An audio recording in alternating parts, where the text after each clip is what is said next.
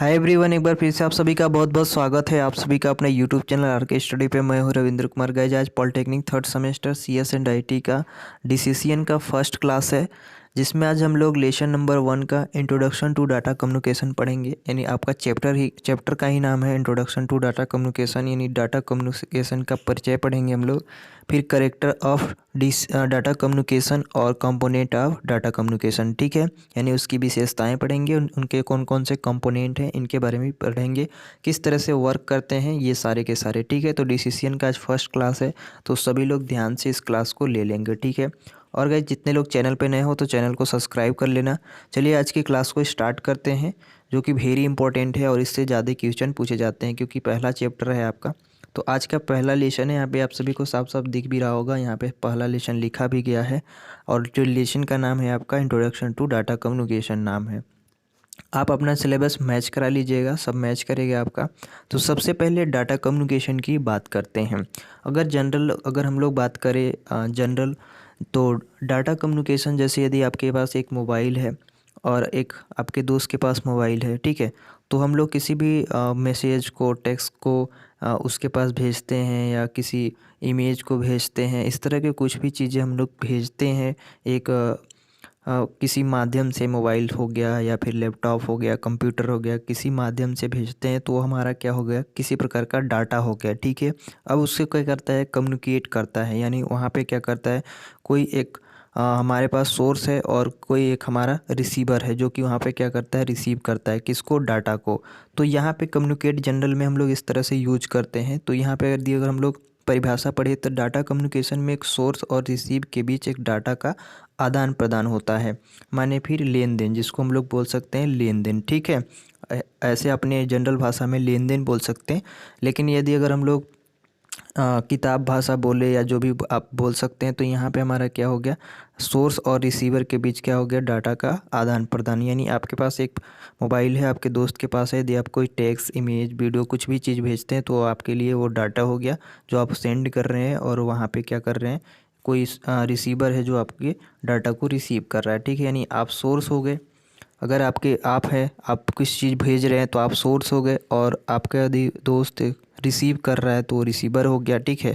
और किसी image, text, video, तो ये क्या हो गया, डाटा हो गया हमारा, ठीक है। यानी यहीं पे कहने का मतलब साफ साफ है कि जो हमारा डाटा कम्युनिकेशन है, डाटा कम्युनिकेशन में एक सोर्स और रिसीवर के बीच डाटा का आदान प्रदान होता है, ठीक है। अगला है कि डाटा को ट्रांसमिट करने वाली डिवाइस को सोर्स कहते हैं। यहाँ पे देखिए लिखा गया है कि डाटा को ट्रांसमिट, यानी जो भेजते हैं, ट्रांसमिट करने वाली डिवाइस को कहा जाता है सोर्स, जहाँ से हम लोग को भेजा जाता है। दूसरा बात यहाँ पे कह रहा है कि जिन डिवाइस को ट्रांसमिट किया गया डाटा प्राप्त होता है, उसे हम लोग कहते हैं रिसीवर, ठीक है। यानी जहाँ से हम लोग जहाँ से हम लोग डाटा को भेजेंगे वो हो गया सोर्स, और जो कोई भी उसको रिसीव करेगा, जहाँ पे भी वो जाएगा रिसीव करेगा, ठीक है। ट्रांसमिट करके किसी के द्वारा डाटा को ट्रांसमिट किया जाता है जिस डिवाइस द्वारा, तो अगर कोई वहाँ पे प्राप्त करता है, उसे ही हम लोग क्या कहते हैं, रिसीव कहते हैं, ठीक है। अगला है कि डाटा कम्युनिकेशन का उद्देश्य डाटा के ट्रांसमिशन और प्रक्रिया के दौरान डाटा के रख रखाव से होता है। तो यहाँ पे डाटा कम्युनिकेशन के बारे में आपने समझ लिया होगा कि यहाँ पे डेटा का आदान प्रदान हो रहा है, और जहाँ से हम लोग डेटा को एक जहाँ से हम लोग डेटा को भेजते हैं वो सोर्स हो गया हमारा, जहाँ पे हमारा प्राप्त होता है वो हमारा रिसीवर हो गया, ठीक है। तो डाटा कम्युनिकेशन क्या होता है आपने समझ क्या होगा, फिगर के माध्यम से आप लोग यहाँ पे समझेंगे। अब क्या कह रहा है कि हमारा यहाँ मेरा सोर्स है, यानी सोर्स क्या है कि यहाँ पे हमारा डाटा है, ठीक है। डाटा क्या किया, ट्रांसमिट किया, ठीक है, इसको भेजा गया, और भेजा गया फिर जहाँ पे प्राप्त हुआ, ठीक है। ट्रांसमिशन मीडियम यहाँ पे लिखा गया है, किसी माध्यम द्वारा, इंटरनेट हो या फिर कोई भी माध्यम द्वारा हमारा भेजा गया, और यहाँ पे हमारा क्या हो गया, रिसीव हो गया, ठीक है। और कहाँ तक पहुँचा, डेस्टिनेशंस का मतलब है कि जो उसकी एक्चुअली आदमी है, या फिर कह सकते हैं कि जहाँ उनको जिस डाटा को जहाँ तक जाना है, उसको यहाँ पे हम लोग डेस्टिनेशंस बोल सकते हैं, ठीक है। तो ये हमारा सोर्स सिस्टम हो गया, ये डेस्टिनेशन सिस्टम बोल सकते हैं, इस तरह से दर्शा सकते हैं।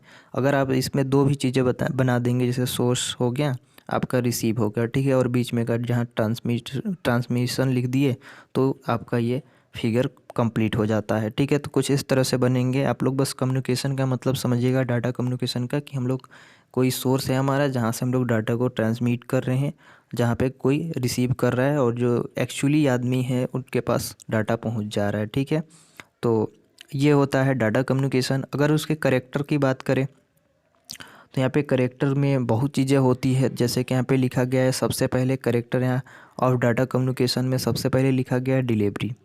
डिलीवरी कहने का मतलब है कि यदि हम लोग किसी भी डाटा को डिलीवर करते हैं, ठीक है, तो उसका मतलब होता है कि हमारा जो सही पर्सन है या सही यूज़र जो है उसके पास पहुंच जाना।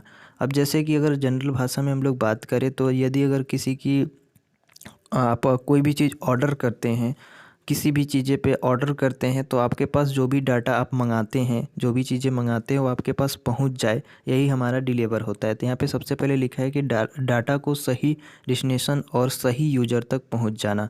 अब जैसे कि आपने अमेज़ॉन या फ्लिपकार्ट पे अपनी कोई भी कपड़ा, जूता, कोई भी चीज़ें ऑर्डर किया, अब वो चीज़ें आपके पास तक पहुँच जाता है, तो जो चीज़ जो पहुँचाने वाला है वही डिलीवर हो गया। ठीक है, अब यहाँ पे एक्यूरेसी जिसको हम लोग बोलते हैं, सटीकता, तो इसमें क्या होना चाहिए कि जो हमारा डाटा कम्युनिकेशन होता है उसमें एक रियल जिसको बोल सकते हैं, इसमें कोई त्रुटि नहीं होना चाहिए। जो भी डेटा होना चाहिए एकदम रियल होना चाहिए।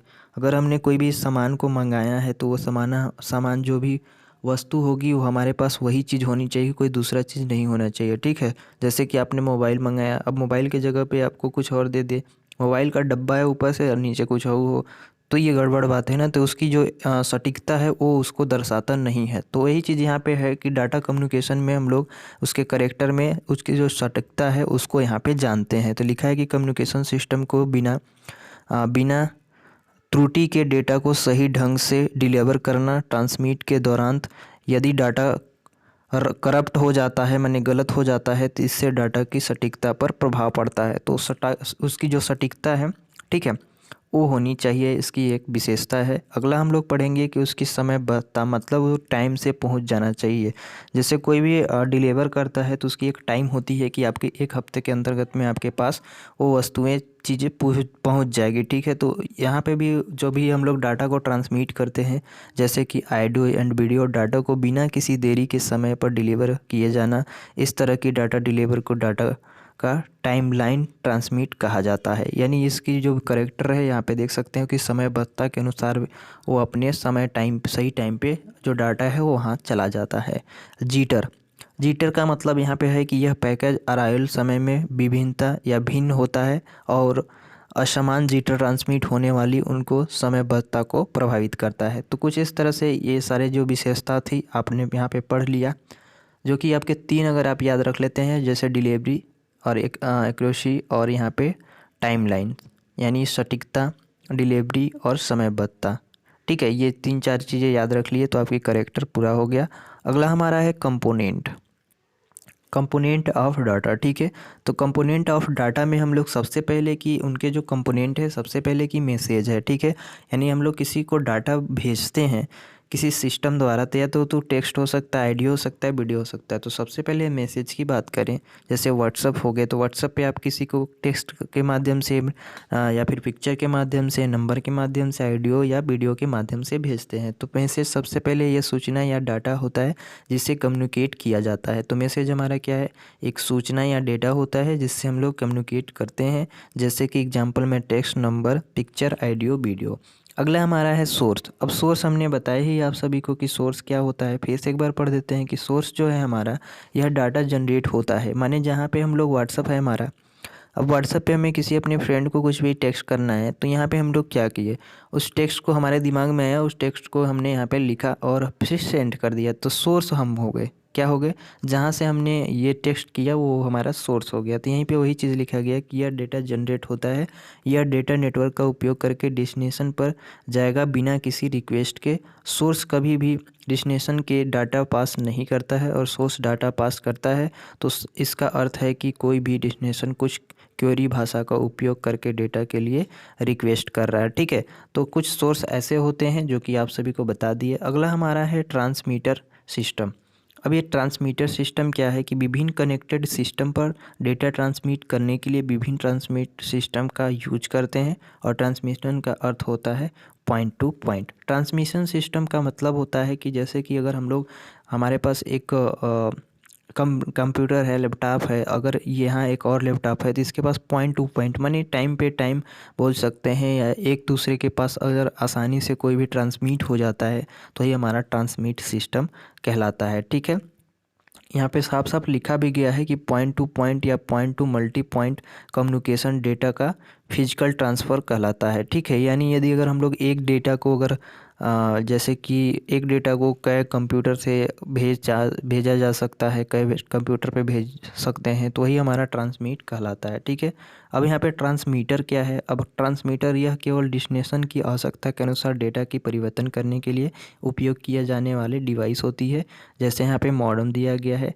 जैसे ट्रांसमीटर, अब यहाँ पे बात समझिएगा, एक है तो यहाँ पे है ट्रांसमीटर सिस्टम और यहाँ पे आपका ट्रांसमीटर है। ठीक है, तो ट्रांसमीटर सिस्टम क्या है कि इसमें हम लोग डेटा को कई जगह भेज सकते हैं। एक लैपटॉप से, हमारे 4-5 लैपटॉप हैं तो सब पे भेज सकते हैं, मोबाइल पे भेज सकते हैं। लेकिन ये ट्रांसमीटर क्या है कि इसमें क्या होता है कि जैसे यहाँ पे वायर, ऑप्टिकल फाइबर और वायरलेस, ये एग्जांपल भी यहाँ पे देख सकते हैं कि ये सारे के सारे लिखे गए हैं कि इस माध्यम से हम लोग भेज सकते हैं। अब ट्रांसमीटर की यदि हम लोग बात करें तो ट्रांसमीटर में क्या है, इसमें क्या होता है कि इसमें जैसे कि आपके पास मान लीजिए माउस है, तो माउस में आप क्या करते हैं कि कि हम लोग कोई भी चीज़ें भेज देते हैं।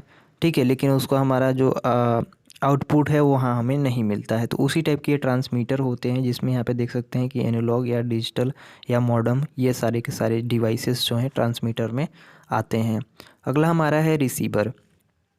रिसीवर की अगर हम लोग बात करें तो हम लोग अपने आप को बताएं यहाँ पे कि रिसीवर क्या करता है। ये बेसिकली किसी भी सिस्टम द्वारा भेजे गए सोर्स को रिसीव करता है। तो यहाँ पे यह ट्रांसमीटर सिस्टम से सिस्टम प्राप्त करता है। इसे एक ऐसे रूप में परिवर्तन करना होता है जो कि डेस्टिनेशन डिवाइस के लिए प्रयुक्त होता है। जैसे कि यहाँ पे दिया है कि एक मॉडेम एक ट्रांसमिशन चैनल के एनालॉग सिग्नल को स्वीकार करता है और इस डिजिटल बीट स्ट्रीम में बदल देगा, जो कि कंप्यूटर सिस्टम द्वारा स्वीकार किया जाना या वायर ऑप्टिकल। ठीक है, तो इस तरह से यहाँ पे हमारा रिसीवर हो जाता है, जो अपने मन से लिख सकते हैं।